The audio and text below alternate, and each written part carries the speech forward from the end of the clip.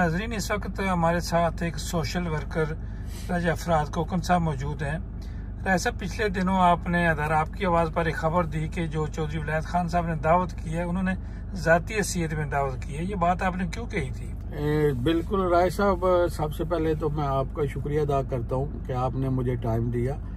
तो बात ये थी राजा साहब, दरअसल में जो प्रोग्राम था चौधरी विलायत साहब ने जो किया था, तो हमारे कुछ दोस्त थे तो वो कह रहे थे पाकिस्तान सोसाइटी का प्रोग्राम है। इसलिए मैंने कहा था ये चौधरी विलायत साहब के ज़ाती सीयत ने प्रोग्राम किया था।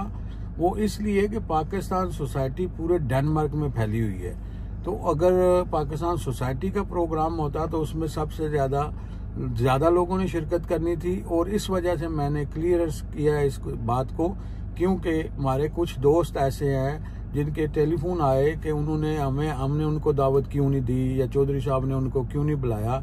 तो इसलिए ये ज़रूरी था कहना कि ये उन्होंने ज़ाती सीयत में और जल्दी में प्रोग्राम बना था, तो इसीलिए ये उनके ज़ाती प्रोग्राम था। ये पाकिस्तान सोसाइटी का प्रोग्राम नहीं था। पाकिस्तान सोसाइटी जल्द एक मीटिंग कॉल करेगी और उसमें प्रोग्राम बनाएंगे कि आगे का लाएअमल क्या होगा। तो इसलिए सब उसके बावजूद भी कसीर तादाद में लोग आ गए थे। बिल्कुल, देखे ना, रात को 2 बजे ये प्रोग्राम बना तो चौधरी साहब ने जिन लोगों को फोन किया तो लोग बिल्कुल पहुंचे हैं। तो चौधरी विलायत साहब यहाँ पिछले 45 साल से पाकिस्तान सोसाइटी को चला रहे हैं, तो इसी वजह से जितने लोगों को वो फोन करते हैं लोग उनकी कदर करते हैं और उनके फोन पे लोग आते भी हैं।